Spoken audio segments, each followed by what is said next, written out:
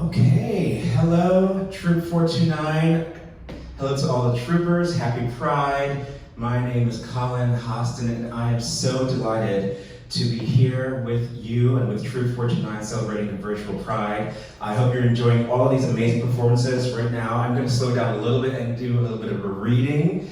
I think it's so important for us as we think about what Pride means to us, as we think about what Pride means to us in this particular moment of American history, where we're doing some thinking, we're doing some reflecting about what it means to be American, what it means to be in the land of the free.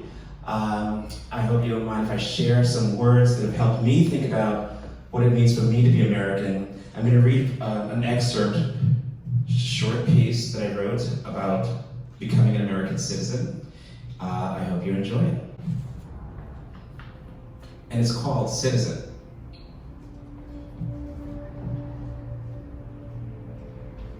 When I became a US citizen in 2017, it felt very similar to what it was like to get married in 2011. My husband Joe and I had gotten dressed up and exchanged our vows, but nothing about the way we felt for each other had really changed. I love him, and he loves me. Marriage did not necessarily make us feel any different about each other. But what had changed was our legal status. We now had access to a litany of rights and responsibilities that had been restricted by the law before. That's how I felt after I became a new American citizen. The US is my home. It's home to the people that I love. I've lived my entire adult life here, and I was as devoted to this country before becoming naturalized as I am today. The only change has been in my legal status. The rights and the responsibilities I now enjoy that I didn't have access to before. It's too easy for Americans to take the privilege of citizenship for granted. Just as many couples might naively believe that a marriage certificate automatically means love and happiness. Like marriage, citizenship requires work. This might be easier for us naturalized Americans to understand. I felt like a nervous newlywed when I made my oath of allegiance to this country. I was pledging to spend the rest of my life as a loyal citizen. Like marriage, citizenship represents a new beginning, not a final destination.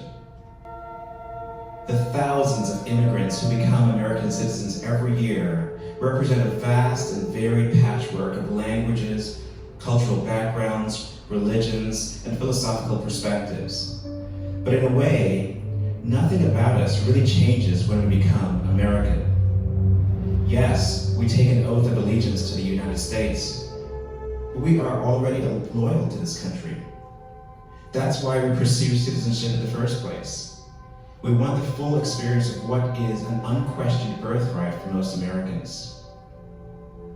And just like marriage, citizenship is something to be cherished. In 2016, the single biggest voting bloc in the general election was comprised of citizens who chose not to vote. In taking the oath of allegiance to the United States, I had to swear to defend the Constitution against all enemies, foreign and domestic. The threats to democracy don't always show up with guns and bombs. Sometimes they show up to vote, and sometimes they don't even show up at all. We may well inflict the greatest damage to our democracy by refusing to even take part in it. One of my favorite writers, Shel Silverstein, has said that freedom entitles you to do something, not to not do something. As a member of the Board of Education here in Norwalk, I am proud to be a visible, black, gay American man. And in these troubled times when people's identities are being exploited by the most powerful to weaponize hate and discord, it is more necessary than ever to wear our identities with pride in our families, at work, and in government. You can call it identity politics, but I know from experience that all politics is personal. Throughout my political campaign, and even when I lost my primary in 2018, the cliched aphorism still holds true. The only failure is in not trying. We can never stop trying when it comes to equality.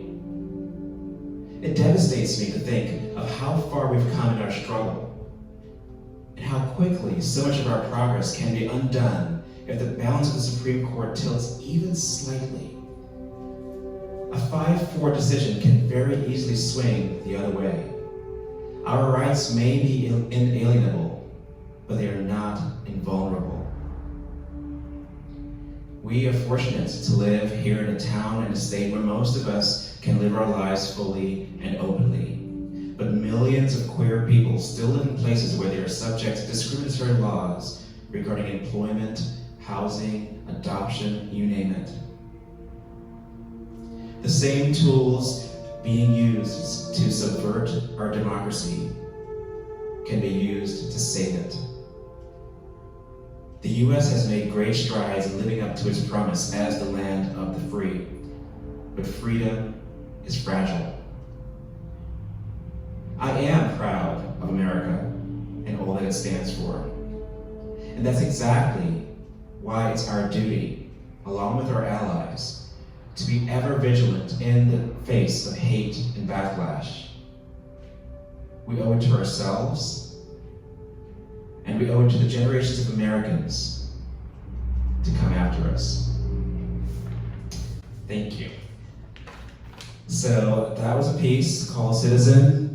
Thanks for letting me share it with you. Again, I am so happy to be part of Troupe429's Virtual Pride. There's a lot to celebrate, but there's also a lot of work to be done. So please continue to enjoy the show. I cannot wait till we can be here in person when Troupe opens back up and we can see each other face to face once again. This has been a lot of fun. Enjoy the rest of it. Thank you.